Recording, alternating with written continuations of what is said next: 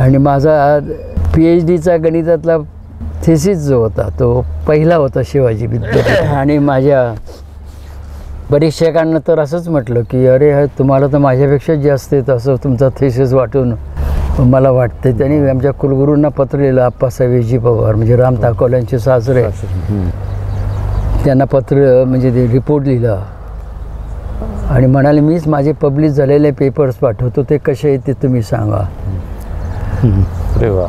त्यामुळे त्यांना ते इतकं हे वाटलं. पण मग तिथे जुना कायदा असा होता की आम्हाला ओपनिंग्स नाही मिळायचे. एकदा लेक्चरर तुम्ही असा तर लेक्चररच, नाही तर मग पोस्ट झाली रीडरची तर कॉम्पीट करावं लागायची. आता करिअर ॲडव्हान्समेंट स्कीम आहे, 8 वर्ष झाली की तुम्हाला पुढचं मिळतं आणि मग ते ह्युमन होऊन जातं. कारण आपल्याबरोबर राहिलं तर रिजेक्ट केल्याचं माझ्या याच्यात कोणी नाही प्रमोशनला, unless there is a moral turpitude. मग मी तिथे स्वतः PhD केली. त्याच्यानंतर माझ्याकडे बरेचसे माझे 9 PhD तिथलेत, कारण मी 77पर्यंत तिथे होतो.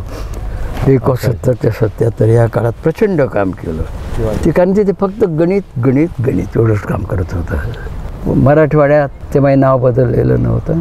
नामांत 77 साली मी नेहमी नोकऱ्या बदलतो, 19 ऑगस्ट नंतरच बदलतो, कारण 19 ऑगस्टला माझ्या मुलाचा वाढदिवस असतो. अच्छा. त्याच्यानंतरच जळगावला मी आलो तो 20 ऑगस्टला आलो. 20 ऑगस्ट नंतर मी मराठवाड्यात गेलो 77ला. तिथून कदाचित लोकांनी माझी भाषणं ऐकली असतील मला त्याच माझ्या याच्यावर. तर 6 महिने मला फेलोशिप म्हणजे कल्चरल एक्सचेंज नंतर व्हिजिटिंग प्रोफेसर म्हणून मी आलो 79मध्ये. लातूरला नाही, मराठवाड्यात. मी विद्यापीठी शिक्षक झालो. अच्छा, विद्यापीठी, कॉलेजचा नाही. अच्छा, मराठवाडा विद्यापीठ. मराठवाडा विद्यापीठात. तिथून मग नंतर मग 82 साली आमच्या धुळ्याचे एक झेडवी नाना नाव तुम्ही ऐकलं असेल, झेडवी पाटील, ज्यांच्या नावाचं कॉलेज आहे. तर तिथेही मला पत्र येत होते की मला कॉलेज मिळवायचं आहे, आर्ट्स कॉमर्स सायन्स, आणि त्याचे पहिले प्रिन्सिपल म्हणून परदेशात कुठून तरी शोधून काढायचा पत्ता जिद्दी होते. कारण माणसं चांगले लागतात चांगलं होण्यासाठी, हा तो मुद्दा होता. आणि मग मी 82 ते 85 जैनचा पहिला प्रिन्सिपल म्हणून हे काम केलं. आणि मग तिथे हेच झालं की आपण गणितच चांगलं करू शकतो असं नाही, तर आपल्याला ॲडमिनिस्ट्रेशनही चांगलं करता येईल. आपण एक कथा पण लिहिली त्याच्यावर एक आहे ज्यात तुमच्या शिंदे मॅडम यांचं नाव आहे, झेडवी पाटलांचं नाव आहे, जुला नावाची. जू असते ना, म्हणजे शिक्षकाच्या मानेवर जो नेहमीच असतं झुंपलेला, या अर्थी तो मी वापरलेला आहे. ती याच्यावर आहे कथा. शिक्षण क्षेत्राच्या ट्रॅजेडीबद्दल पण आहे आणि पुणे विद्यापीठाच्या पॉलिटिक्सबद्दल पण आहे. पण जुला नावाचा माझा तिथला गेमेसी, मी हंगेरीला असताना जो माझं काळजी घ्यायच्या, आणि एक एरिका झिनका नावाची ती त्यांची ऑफिसर. तर दिल्लीहून कोणाला तरी बरोबर घेऊन गाडीने प्रवास करत, आणि तो म्हणाला की मी तुमच्या गावात थांबतो आणि तुमच्या गावाला 1-2 दिवस मी फिल्म्स वगैरे दाखवतो, हंगेरी आमच्या याच्या वगैरे. त्याच्या व्हिजिटवरती माझी कथा ती केली आहे. आणि वातावरण अर्थात आपलं राहणार. तेव्हाच पुण्यातलं वातावरण असं होतं विद्यापीठातलं की इथे ECचं चालत नाही, एक्झिक्युटिव्ह काउन्सिल. आता करायतला मॅनेजमेंट काउन्सिल आहे. इथे VCचं चालत नाही, इथे फक्त NCचं चालतं. म्हणजे NC जोशी नावाचं एक प्रस्थ होतं.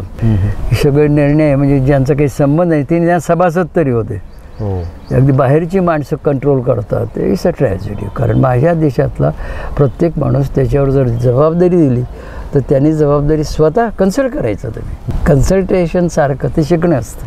त्या कन्सल्टेशनमधूनच आपलं विद्यापीठाची आखणी चांगली. तर जगातला जो पहिला कोर्स, आता आपण नंतर त्याच्याकडे येऊ, पण असं सर्वसाधारणपणे झालं. आणि गंमत म्हणजे असं की पहिल्या वर्षी कुठल्या याला तर मग CSR वगैरेची रिकग्निशन असतं. मी क्वालिफाईड असल्यामुळे माझ्याबरोबर माझी एक विद्यार्थिनी होती, तिला CSRची स्कॉलरशिप मिळालेली होती. ती देखील दिल्लीच्या लोकांनी ट्रान्सफर केली माझ्याबरोबर. ती आणि तिचा नवराही होता, पण त्याला मी लेक्चरची माझ्याबरोबर नोकरी देऊन टाकली. दोघांचं हे झालं. दोघेही नवरा बायको झाले. दोघेही पुढे मराठवाड्यातले होते, मूळचे होते. तिथे प्रोफेसर जे फुल प्रोफेसर युनिव्हर्सिटीत. असं सर्वसाधारण शिक्षणातलं हे आहे. आणि इथे मला कळलं की आपण काही कोऑपरेटिव्हचा माणूस नाही, आपल्याला काही जमणार नाही. मी इथून पळून गेलो, कारण मी बरंच लिहून घेतलं होतं, तुम्हाला मला काढता येणार नाही, काढलं तर मी 60पर्यंत रिटायर होईपर्यंत पगार तुम्हाला द्यावा लागेल वगैरे वगैरे. पण ते झेडपीना हे होते काही नाही, तुम्ही पाहिजे म्हणजे बाकी मान्य, असं ते सर्व होतं. तर मग मी इथे असताना जेव्हा एका कारण हाऊसिंग सोसायटीचं तर कॉलेज आहे, ते जगातलं एकमेव उदाहरण. कोणीतरी हमाली काम करणारा म्हणायचा की या माणसानं सगळे बाहेरचे, कारण मी चांगले क्वालिफाईड लोक घेतले. त्या दरम्यान मला इन्स्टिट्यूट ऑफ सायन्स जे म्हणालो जिथं मी MSc झालो तिथेच मला प्रोफेसरची नेमणूक मिळाली सरकारकडनं, आणि ती हातात होती. पुन्हा मराठवाड्यात लीन होती माझी, ती हातात होती. आणि पुणे विद्यापीठात आमचा इंटरव्ह्यू झाला. VG भिडे तेव्हा कुलगुरू होते. ते सिलेक्शन माझं झालं पण मला अपॉइंटमेंट मिळालं नाही. अच्छा. तो एक खिंडीत नावाची माझी कथा आहे, त्यात इथे सगळं आहे.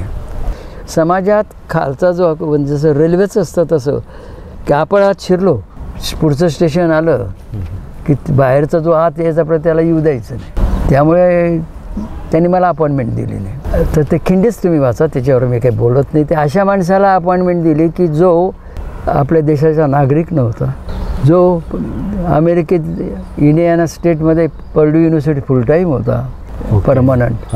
अशा माणसाला त्याने अपॉइंटमेंट दिली. ते होते इथे फुल प्रोफेसर होते. मोठा किस्सा आहे.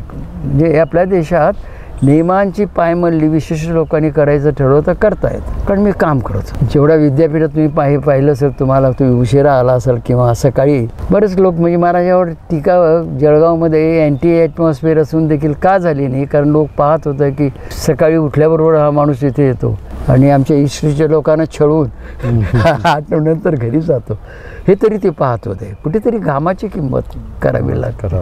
तर ती असल्यामुळे शेवटी मग मी गव्हर्नरला पिटिशन केलं.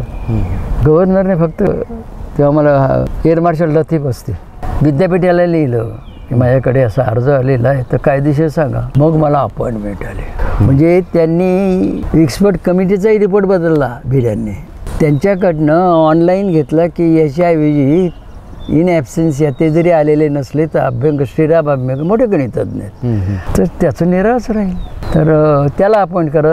आणि वर्षात मग आल्यानंतर गव्हर्नरमुळे मग मला ते मिळाली पोच. मग पुन्हा VG भिडे मला एकदा आले माझ्या डिपार्टमेंटला, अरे व्हेर इज अभ्यंकर. मी म्हणालो sir you know it better, कारण म्हटलं ते अर्ज करतात रजेचे, ते डायरेक्ट तुमच्याकडे करतात, then you are failing in your duties. मग मी काय केलं, त्यांचा धागा करून main in persuasion of the visit of your kind visit to our department and the queries which you put to me, I wish to offer following remarks. की त्यांचं ते डिपार्टमेंटला आहे ते फक्त 7 दिवस वर्षात आहेत आणि व्हाईस चान्सलरपेक्षाही भत्ते बित्ते धरून त्यांना जास्त मिळत. तेव्हा व्हाईस चान्सलरचं स्केल ठरलेलं नव्हतं. आणि त्यांनी जे काही अर्ज पाठवलेला आहे तुमच्याकडचा जो मागून घेतला, तर त्यात असं दिसतंय की ते परत अमेरिकेला चालले आहेत. तर वाटेतनं ह्या युनिव्हर्सिटी जपानच्या लिहितील, त्या युनिव्हर्सिटी की मी जातोय थांबणार आहे, तर मी व्हिजिट देऊ इच्छितो. ते म्हणायचे या भाषण द्या, पण आम्ही तुम्हाला डे देणार नाही, फक्त लोकल हॉस्पिटल असे. तर मग त्यांना शेवटी VG भिडे रजेवर गेले, परदेशात गेले ते. आणि बाळगाडी लेखन मराठी विनोदी लेखन करायचे, ते कुलगुरू झाले. त्या काळाची संधी जगदाळे नावाचे रजिस्ट्रार होते, त्यांना रजिस्ट्रारांनी त्या पर्ड्यू युनिव्हर्सिटी लिहिलं की आमच्याकडे फुल टाईम आहेत, पण त्यांचे रिसर्च पब्लिश होतात तर त्याच्यावर अफिलिएशन तुमचं दाखवलं जातं, आमचं कधीच नसतं. त्यामुळे तुमचा आणि त्यांचा संबंध काय. त्यांनी लिहिलं की he is our full time employee, please let us know what salaries he has drawn there, we will see to it that the salaries are reimbursed. 87 साली त्यांना काढलं, तर 78 ते 87 ते प्रोफेसर काम करत होते, जो या देशाचा नागरिक नव्हता. आणि दिवसातनं जास्तीत जास्त 7 दिवस यायचा, त्यातला 1 तास थांबायचा. कारण तुमची संस्कृती जी आहे ती अमेरिकन संस्कृती होत चालली आहे, ब्रँड्सवर त्याचं नाव मोठं. आणि तिथेही मग मी माझं काम करणं चालू ठेवलं. एकदा मी काही दिवस मला लवकर राहायला मिळालं नाही, मी ऑगस्टमध्ये जॉईन झालो आणि डिसेंबरमध्ये कुलगुरू मला भेटले. अरे where are you going? I said to the department. So early. ते फिरायला जात होते. म्हटलं yes sir, I have the habit of working early. पाहत गेले. आणि NC जोशीचा माझ्या नावाला विरोध होता सिलेक्शनला. सिलेक्शन कसं झालं, 3 versus 2. मी काम करत गेलो. मी माझ्या काळात इंटरनॅशनल लेवलवर ते डिपार्टमेंट हे केलं. शरद पवारांना काय ती सवय माहिती नाही. कारण त्यांची माणसं ते कधी आपली माणसं घुसवत नाही. तर त्यांचं कोणीच नव्हतं. राम ताकवले, एक 2-4 माणसं. हा डायरेक्ट प्रोफेसर झालेला मी पहिला, नॉन ब्रॅह्मण. आता तुम्हाला आश्चर्य वाटेल की 87-88 मध्येही केमिस्ट्री डिपार्टमेंटला वगैरे फारसे, फिजिक्स डिपार्टमेंटला फारसे रिझर्व पोस्ट भरल्याच जायचे. केमिस्ट्रीला 45 पोस्ट होते एकट्या डिपार्टमेंटला. 45. फिजिक्सला 43 होते. त्यामुळे केवढी उपासमार होत होती समाजाची. कारण हा शिकणार आहे, आता स्वातंत्र्य मिळाले त्याला. म्हणजे एका संवादात मी जर ते कथा वाचली तर त्यात येईल, एकाच्या तोडी आहेच तिथे. आणि रिकाम्या ठेवण्यापेक्षा किंवा तुमचीच माणसं ते टेम्पररी वापरायचे कारण तेच अपॉइंट करणार, तेच करणार. तर दोघाच्या एखाद्या महाराच्या मुलाला, एखाद्या त्यांच्या तोंडचं वाक्य सांगतो, त्यांच्या ईसीमध्ये बोललेलं, कुणब्याच्या मुलाला, धनगराच्या मुलाला तुम्ही तुमच्याबरोबर राहू द्या, राहायला शिकवा, काय कसं चांगलं शिकवायचं त्याला तयार करा. काय करत नाही. म्हणजे विशेषतः रणधीर आहेत ना धोबी, व्हीटी व्यंकटराव ते लोक, ते म्हणजे हे प्रकरण जे आहे अभ्यंकरांचं त्याने उचलून धरलं. कारण सगळी माहिती जगदाळीने त्यांना दिली की आपल्याकडे काय चालतं म्हणून. म्हणजे ह्या देशात काम न करणारा, या देशाचा नागरिक नसलेला माणूस 12 महिने पगार घेतो. नाही, ब्रँडसाठी देतात ना नावाचे पैसे. श्रीराम अभ्यंकर आमच्याकडे आहेत. मला त्यांनी झापलं पण बोलवलं, म्हणारे व्हॉट यू हॅव डन. मी जेव्हा त्यांना पत्र लिहिलं ना आमच्याकडे आल्यानंतरचं त्याला की बाबा म्हणे you are making your picture dark in mathematical circles, you are painting your person as a person is a dark. कारण श्रीराम अभ्यंकरासारखा माणूस त्याच्यावर तुम्ही आक्षेप घेता. असे ते किस्से आहेत सगळे. मला मराठवाड्यात ते मोठं पॉलिटिक्स झालं, मला 1 वर्ष लिहून दिली. मी म्हणालो चला बिघडत नाही, रिस्क तर रिस्क. कुलगुरू म्हणाले की तुमच्या विरुद्ध सगळ्या पुण्यातल्या प्राध्यापकांनी मॅथमॅटिक्सचा अर्ज दिला की त्यांना देऊ नये म्हणून. कारण तिथे डिपार्टमेंटमध्ये प्रगतीच होत नव्हती. सर असा 90मध्ये मी काम करत होतो. 88मध्ये मी जे मोठ्या कॉन्फरन्स घेतली इंडियन सायन्स काँग्रेसची. 87मध्ये मी इंडियन मॅथमॅटिकल सोसायटीची कॉन्फरन्स घेतली, सेंटेनरी. त्यामुळे मी लोकांच्या पुढे येत गेलो, काम करत होतो. PhDचं रिसर्चचं हे केलं. ती खिंडीत नावाची कथा तुम्हाला, त्याला मी कथानायकाचं नाव नरसोबा कोंडीबा गोरे केलेलं आहे. अच्छा. ठाकरे जसं हे नॉन ब्राह्मीण जास्त वाटत नाही, आता वाटायला लागलं. कारण आता आमच्याकडे आदिवासींची नावं आहेत, दलितांची नावं आहेत. ठाकरे हे सगळ्या ठिकाणी बरं वाटतं, त्यामुळे आपण सगळ्या ठिकाणी आहोत. आणि गंमत म्हणजे काय, ब्राह्मणजी पण ठाकरे काही नावं अलीकडे लक्षात आलं. आमच्या औरंगाबादलाच एक होते. एकूणच तुम्ही जे आतापर्यंत तुमचं जीवन प्रवास उलगडलेला आहे, तर या जीवन प्रवासामध्ये बऱ्याच ठिकाणी संघर्ष तुमच्या वाट्याला आलेला आहे. या संघर्षातून तुम्ही जेव्हा शिकून मोठे झालात आणि प्रोफेसर झाल्यानंतर तुम्ही एका विद्यापीठाचे कुलगुरू झालात, तर हा कुलगुरू झाल्यानंतरचा प्रवास किंवा ती भावना जी आहे, कारण तुम्ही म्हणालात की मी पुण्याला जेव्हा गेलो तेव्हा कुठेतरी तोटा झाला, पण त्याच पुण्यामध्ये आणि मुंबईमध्ये शिक्षण झालं आणि एक कुलगुरू म्हणून तुम्ही या तुमच्याच मातीत, खानदेशातल्या मातीमध्ये झालात. तर ती भावना कशी आहे? मी साधा प्रोफेसर नव्हतो. Professor of mathematics Lokmanya Tilak चेअरवर होती. आणि ती चेअर आता ज्या पुण्यात भरपूर आहेत तशी नव्हती. नॉमिनल काहीतरी द्यायचं रिटायर माणसाला, regular salary with pension facility होतं मला. आता मला असं वाटतं की जी नशीब वगैरे गोष्टींवर माझा विश्वास नाही. आणि मी असं मानतो की माणसाचा जन्म संघर्षाचा असतो. आणि मोठं म्हणा झालात वगैरे हे मला मान्य नाही. आम्ही साधीच माणसं आहोत. कारण मग बरे कुलगुरू खूप होत राहतील. आणि आपल्या देशात एवढी मोठी माणसं व्हायला लागली तर मग आणखीन जाती निर्माण होते. मोठ्या माणसांची जात तयार व्हायची आपल्याकडे. ते हे दिलं. आपण साधीच माणसं आहोत. काम करणारी न करणारी, प्रामाणिक, लबाड, इनाम ठेवणारी या मातीशी आणि बेईमान असणारी, हाच खरा फरक आहे. बाकी कुछ सब झूठ आहे. म्हणून अशा वेळेला मला मंगेश पाडळकर यांचं आठवण येते का म्हटलायचं. म्हणजे जगणं हे गाणंच असतं शेवटी. आणि त्यांचे आहेत की जीवन गाणे वगैरे असे बरेच. गाण्यात सर्व माझ्या माझे इमान आहे, गाण्यात सर्व माझ्या माझे इमान आहे, ज्याचे खरे न गाणे तो बेईमान आहे. क्या बात आहे. म्हणजे इमान ठेवणारे आणि बेईमान असलेले हाच फरक. आणि आपल्या देशात तर चांगलं काम करणाऱ्यालाच विरोध जास्त होतो आणि त्याला काही फारसं हे नाही. पण मला वाटतं आम्ही थोडंसं लवकर जन्मलो, त्याचा फायदा कायम होत गेला. कारण आता पद्धतीच बदलत आहेत. आता तुम्ही विशिष्ट मर्दपणाशी संबंध तुमचा असला तर स्कूल ग्रोथ येईल आता. त्यामुळे तुम्ही काय किती काम करतात हेही महत्त्वाचं राहणार नाही. तर आम्ही थोडे भाग्यवान होतो. मला खरं म्हणजे लहानपणी वाटायचं, म्हणजे तरुणपणी वाटायचं की आपण आणखीन लवकर जन्मलो असतो तर आपल्यालाही हुतहुत व्हायची संधी होती कुठेतरी. आता स्वातंत्र्य मिळाल्यानंतर काहीच राहिलेलं नाही आपल्याला संधी, असं मला वाटायचं. तसं कदाचित असं असेल. जळगावला आलो ही घटना माझ्या आयुष्याला फार सुंदर करून गेली. असं आज विद्यापीठ सोडून मला 27 वर्ष झाली आहेत. विद्यापीठाला 33 वर्ष झाली. त्यातली 6 वर्ष मी स्वतःच कुलगुरू होतो. तरी आज इथे बसून मला वाटतं की सरकारनं, म्हणजे त्यात स्पष्ट नाव घ्यायला हरकत नाही, शरद पवारांनी त्यांची माझी ओळख नसताना इथे चांगला मी माणूस देतोय, तुम्ही कोणी काही आणायचं नाही या येरागाबाळ्याला की याला कुलगुरू होणार. कारण खूप लोक प्रयत्न करत असतात असं दिसतंय. तर मी तुम्हाला देणार आहे. काम पाहिलेलं आहे त्यांचं. तर ती संधी जी मिळाली मला वाटतं ती, कारण माझ्यापुढे जीवन मरणाचाच प्रश्न होता माझ्या स्वतःच्या पण, आणि माझ्या ह्या 2 जिल्ह्यांचा खानदेशचा शैक्षणिक मृत्यूवर मी म्हणजे जबाबदार ठरलो असतो, मृत्यूसाठी जर व्यवस्थित झालं नसतं तर.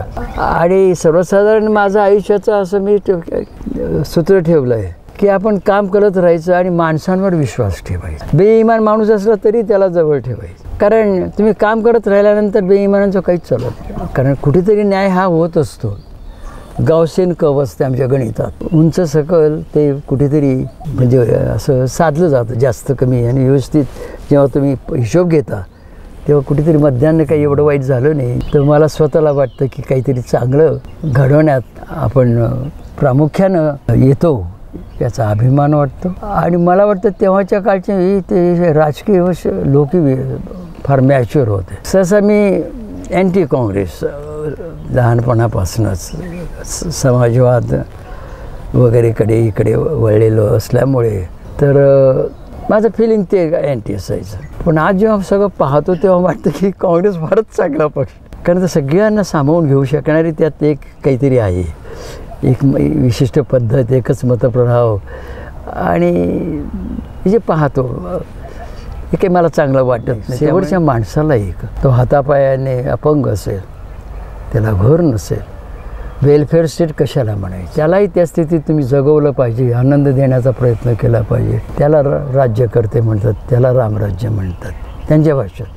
तर हे मी समजतो आणि आम्ही खूप प्रयोग केले. कॉपी करू द्यायची नाही मुलांना, हे जर मला प्रामाणिकपणे प्रत्यक्ष परिणामकारकरित्या सिद्ध करायचं असेल तर मी विद्यापीठाची आखणी करताना दुसऱ्या विद्यापीठांच्या कॉप्या करायला नको हे मी तत्त्व ठेवलं.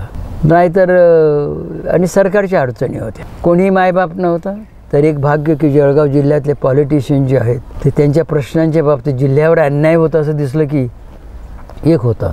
तर मी मगाशी एकदा उल्लेख केला होता की 14 जुलैला 91 साली मंत्रालयातनं पत्र आलं होतं की तुम्ही शैक्षणिक विभाग वगैरे सुरू करायचे नाहीत, फक्त परीक्षा घ्यायचं काम केलं. आणि मी राजीनामा पाठवून दिलं होतं.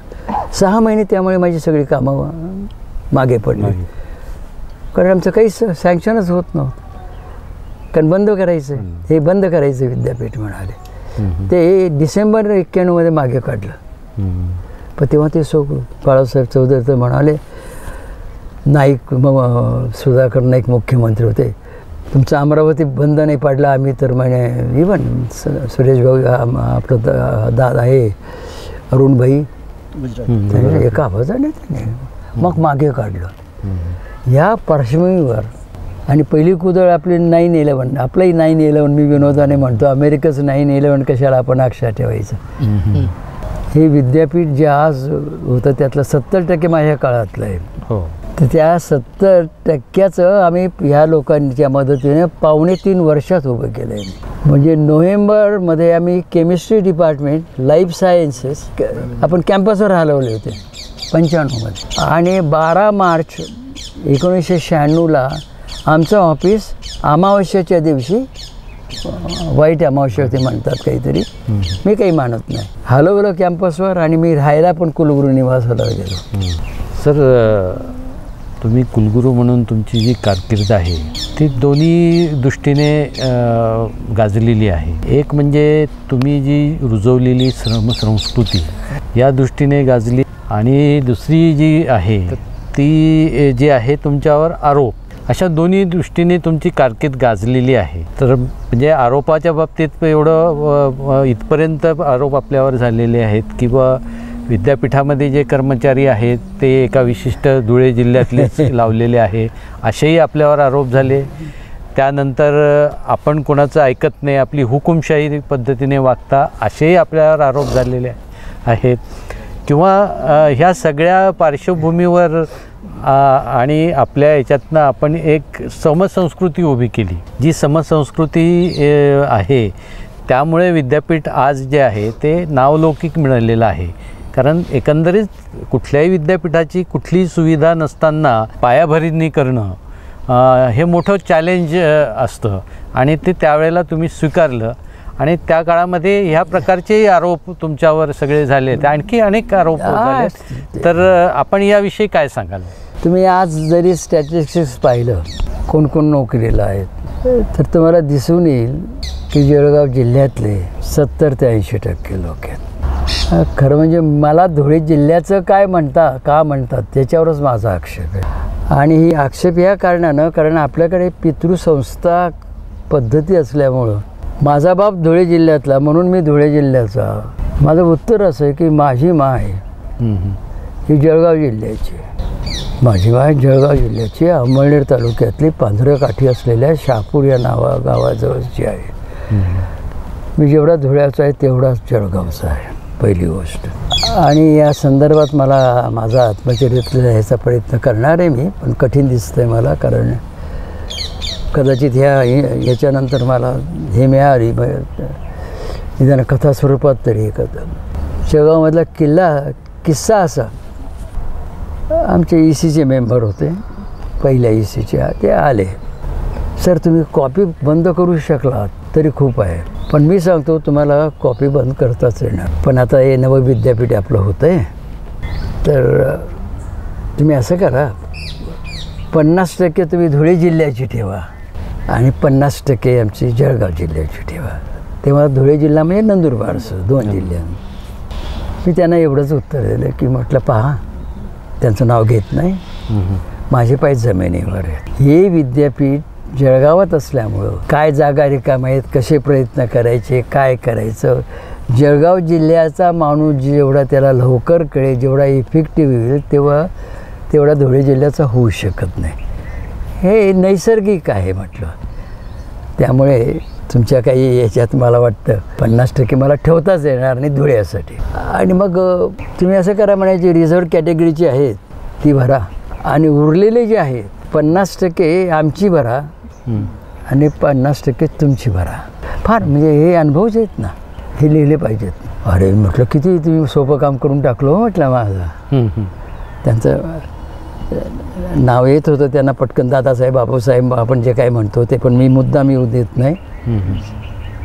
म्हटलं फारच चांगली सूचना आहे, पण म्हटलं तुम्ही असं करता का, कुठल्या नियमाखाली मला करता येईल हेही सांगितलं तर बरं होईल म्हटलं. मराठी 50% आणि त्यांचे काय जे असतील ते त्यांचे 50%, कुठल्या नियमांखाली मला असं करता येईल. म्हणजे तुमचे आरोप जे आहेत धुळ्याचं तर तुम्ही हे पहा, हे धुळ्याचे नाहीत, आज राहतात म्हणून धुळ्याचे होत नाहीत. वडील जळगाव जिल्ह्यातले, आई जळगाव जिल्ह्यातले, आणि इतर हुकुमशहा. मी कडक होतो, पण मी लोकांनी जसं वागावं तसं स्वतःही वागत होतो, त्यामुळे त्याचा मला विद्यापीठासाठी फायदा होत होता. आणि जरा कडक राहून विद्यापीठात तुमच्याकडे पैसा नाही, कमी मॅनपॉवरमधनं जर तुम्ही जास्त काम करून घेत असाल तर मला वाटतं मी महाराष्ट्राचं कल्याण केलं आहे असं मला वाटतं. या संदर्भात तुम्हाला कदाचित माहिती आहे की नाही, कारण तुम्ही उशीर आलात, पण ते 92च्या परीक्षांपासनं आम्ही मार्च, एप्रिल, मे, जूनमध्ये, जून पूर्ण नाही पण काही दिवस आमची 9:30 ते 5 वेळ असायची कार्यालयीन. पुन्हा 8 ते 11 मी सगळ्या कर्मचाऱ्यांना, पुरुष कर्मचाऱ्यांना ओव्हरटाईम बोलवत होतो परीक्षेच्या कामासाठी. आणि ही समसंस्कृती आम्ही निर्माण केलेली होती की इंजिनिअरिंगचे लोक देखील परीक्षेचं काय संबंधित काम असेल ते करत होते. जेव्हा अफिलिएशनचं काम असेल तेव्हा ते अफिलिएशनचं काम करत होते. आता माझा एक विभाग तोच मी सांभाळणार, सरकारी ते करण मला नको होतं. आणि यासाठी मी स्वतःही 6ला सकाळी 6, 7:30, 7 येत होतो आणि 11पर्यंत थांबत होतो. मला जेवायला जाऊन येत असेल कधी की तुमच्या 70 लाख आणि 3 लाख 30 लाख कपातच होते, याच्यावर काय मिळणार होतं. मला 6 वर्षात फक्त 5.25 कोटी रुपये बांधकामाचे दिलेले. हे लोक जर राबले नसते तर उभं राहिलंच तर नसतं उभं राहिलं. आणि नुसतंच उभं नाही राहिलं, आम्ही सौंदर्यीकरण त्याचा एक आत्मा ठेवला आहे आणि इव्हन सांस्कृतिक ठेवा आम्ही तिथे आणला आहे. तुम्ही तो आरोप केला असता तर आणखीन जास्त स्पष्ट झालं असतं. माझ्यावर हाही आरोप होता की तुम्ही बौद्ध विद्यापीठ करायला निघाले की काय बौद्ध विद्यापीठ, कारण जे ग्रिल्स आहेत, अजिंठ्याचा जो ठेवा आपला आहे तर तो मी तिथे प्रिझर्व करत होतो, आणत होतो, तोही आरोप होता. हाही आरोप आहे मी फार जातीयवादी आहे. आता मी जर पहिलं महात्मा ज्योतिबा फुलेंचं व्याख्यान मी अगोदर सुरुवात केली ती मोठी चूक, जातीयवादी पहिली, त्याच्यासाठी मला जातीय लोक म्हणतात. आणि त्यातलं पहिलं पुष्प गुंफलं गंगाधर पानतावने. आणि ते कशावर बोलले, ब्राह्मणांच्या जातीयतेवर. आणि ब्राह्मणांच्या जातीयता त्रासदायक फक्त दलितांनाच नव्हती. तिचे उदाहरण दे, एक शेणू चांभार नावाचा होता, त्याने ब्राह्मणांसारखा उलट्या काष्टाचं धोतर नेसायचं असतं, तसं उलट्या काष्टाचं धोतर नसतं म्हणून त्याचे कुल्ले कापले म्हणाले यांनी. आणि छापील भाषण होतं. आणि मला वाटतं आपण सगळेच जातीवादी, आणि त्याला कारण असं आहे, आपली लग्न जातीत होतात, नातलगांमध्ये जातीतच राहतो, त्यामुळे त्या जातीच्या लोकांबद्दल तुमचा संपर्क इतका वाढलेला असतो. आणि द्वेष हा सगळ्यात अगोदर सहजी निर्माण होणारा एक असा की दुसरं म्हटलं की त्याच्याबद्दल तो द्वेष अगोदर, आणि मग आमचं तुमचं भाषा तयार होत, जी आज देशभर सर्व स्तरावर पसरली आहे. गव्हर्नरकडे लेखी तक्रार करण्यात आली की हे पैसे घेतात आणि नोकऱ्या देतात. तर पुरावा म्हणून एका एम्प्लॉईच्या मुलाचं पत्र हँड रिटन कार्ड होतं. ए देशमुख माझे PA होते, रिटायर्ड माळी समाजाचे. ते काय होतं, लोक आपलं जातीचं जे आहे ना घाण ते कमी होऊ देत नाही. माझ्या स्वतःच्या कार्यालयात माझ्या जातीचाही कोणी नव्हतं. बागुल लोकांना वाटायचं, बागुल नाव म्हणून ते सोनार होते. हे देशमुख होते, हे माळी होते, उफाडे शिपाई होता. म्हणजे ज्या जातीला विद्यापीठात आतापर्यंत कुठल्याच मिळालेलं नाही असा मंगारुडी जावाचा, लोक इतरबद्दल बोलत नाहीत. ह्या विद्यापीठानं सगळ्यात जास्त रिझर्वेशन्स भरलेले आहेत सुरुवातीपासून. म्हणजे शिक्षकांच्या बाबतीत आम्हाला प्रश्न यायचा तर कुलगुरूचं मुन्शीलाल गौतम नामाचे उपसचिव होते, IAS अधिकारी उत्तर प्रदेशकडे. त्याने एकदा गव्हर्नर निरोप दिला की मला यातनं मुक्त करा, कारण हे विभाग असे सुरू केलेत की तिथे बॅकवर्ड कम्युनिटीचे मुलंच तयार नाहीत. सायन्सेस होते, हे होते. पण आणि ज्या वेळेला इतर विषयांसाठी आलं, जेव्हा जेव्हा मागासवर्गीय आलं त्यांना 100% आम्ही ॲब्सॉर्व केलं. तर मागासवर्गीयांचे इंटरेस्ट सांभाळण्यासाठी जर मी प्रतिनिधी म्हणून तुम्हाला दिलं तर मला त्यातनं मुक्त करा, हे एक मोठं सर्टिफिकेट वाटतं. तर मग आरोप होता की त्यांच्या थ्रू घेतलं. मग आम्ही त्यात विचारलं खोलात जाऊन की आपण थोडंसं हे करा, आणि कुठल्या पदासाठी पैसे त्याने पोस्ट केले. त्यांनी सांगितलं अमुक अमुक पदासाठी. आमच्या रजिस्ट्रारनं फक्त एका वाक्यात उत्तर दिलं की ह्या पदाची जाहिरात कधीच झालेली नाही आणि ते पद भरण्याची प्रक्रिया ही त्यामुळे अवलंबण्याचा प्रश्न येत नाही. मी कुठल्याच मंत्र्याला माझ्या काळात आला नाही. काही लोक उणीव म्हणतील, कारण 91मध्ये माझा जेव्हा रजिस्ट्रारच्या पोस्टसाठी इंटरव्ह्यू चालू होता ते जे शिक्षण मंत्री 2 जिल्ह्याचं विद्यापीठ म्हणून मला जागा द्यायला तयार नव्हते. ते मला म्हणतात की तुमच्यासमोर बसलेला माझ्या कार्यकर्त्याचा जावई आहे. त्याला तर मी सिलेक्ट केलं. मी म्हणालो साहेब फार आभारी आहे, तुम्ही माझ्या कामात मला मदत करतात, थँक्यू म्हटलं. तो समोर कॅन्डिडेट बसलेला आहे, ठेवला. थोडंसं मग इतर बोलणं केल्यानंतर मग त्यांना सांगितलं की मी तुम्हाला डिस्क्वालिफाय करतो आहे. अच्छा. कारण आता मंत्र्यांचा तुमच्यासाठी फोन होता, तुम्ही गैरप्रकारांचा अवलंब केला आहे म्हणून मी तुम्हाला डिस्क्वालिफाय करतो. आणि हे तुम्ही तुमच्या जे काही असतील ज्यांचे तुम्ही जावई आहेत त्यांना सांगा. म्हणजे मंत्र्यांना त्यांनी कळवावं. 6 वर्षात कुठल्याही मंत्र्याचा फोन मला आला नाही.